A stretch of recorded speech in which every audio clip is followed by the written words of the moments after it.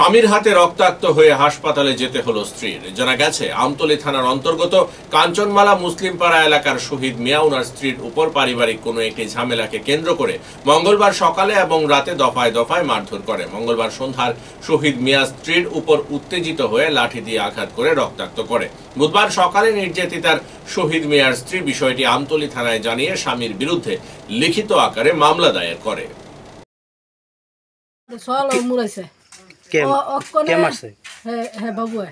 আপনার স্বামী নাম কি? ওনার শহীদ মিয়া। কি বিষয় লিয়া এই ঘটনা হয়েছে? অক্ষণে আমি চাহ দিতাম হেটারে, চাহ কজন দিছি আর কজনে বাহিনী চাই কাহি চাহ দো, আমি চাহটা খালি দমু চাহ বদ্ধ।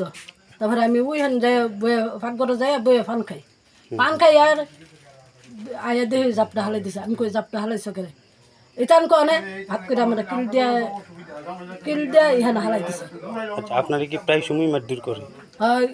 সহলও মাসে আত্মীয় মাসে। কি কাজ করে আপনার স্বামী? ও কারেনা কাম করে।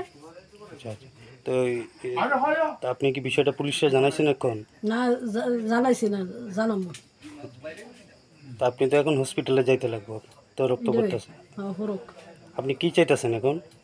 দেখালে না আয়ক না পুলিশে কি তাকো মিনালো। এই এলাকাটার নাম কি? কাঞ্চনমালা। আপনার নাম? আমার নাম মমতা খাতুন।